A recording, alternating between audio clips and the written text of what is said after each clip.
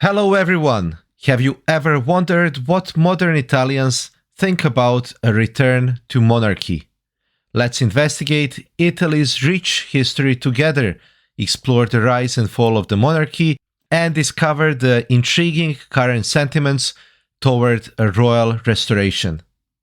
Located in South and Western Europe, the Republic of Italy, with its populace of approximately 60 million, has a rich historical backdrop.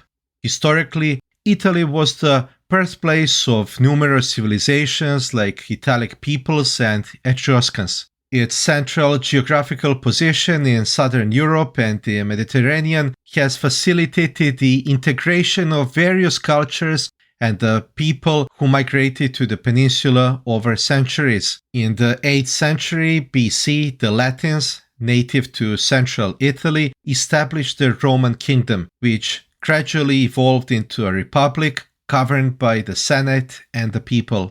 Initially, the Roman Republic subdued and absorbed its neighboring territories in the Italian peninsula, but over time it expanded and conquered significant portions of Europe, North Africa, and Western Asia. By the 1st century BC, the Roman Empire has risen as the dominant force in the Mediterranean basin, becoming a leading cultural, political, and religious hub.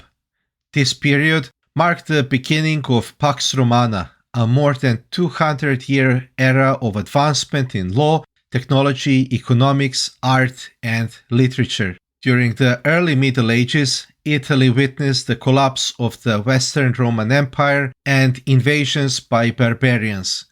However, by the 11th century, numerous city-states and maritime republics, primarily in the north, flourished due to trade, commerce, and banking, paving the way for modern capitalism. From 17th March 1861, when Victor Emmanuel II of Sardinia was declared King of Italy, the Kingdom of Italy persisted until the 2nd of June 1946.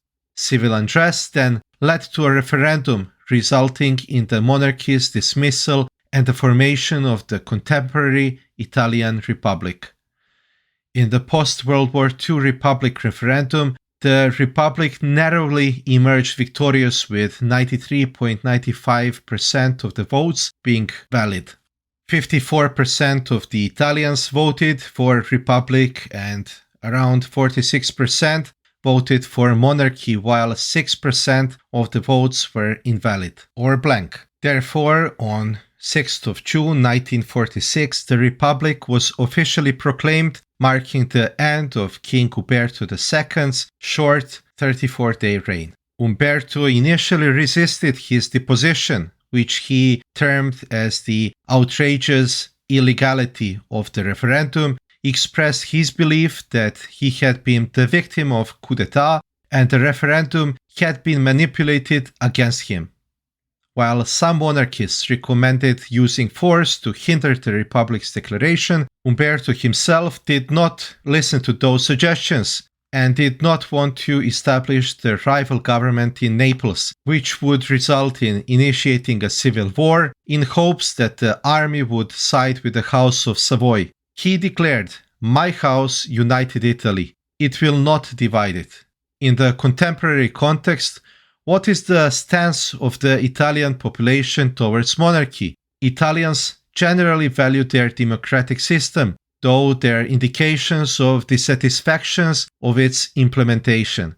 64% of Italians feel that the current system does not reflect their interests, and 51.4% expresses discontent with the current political structure.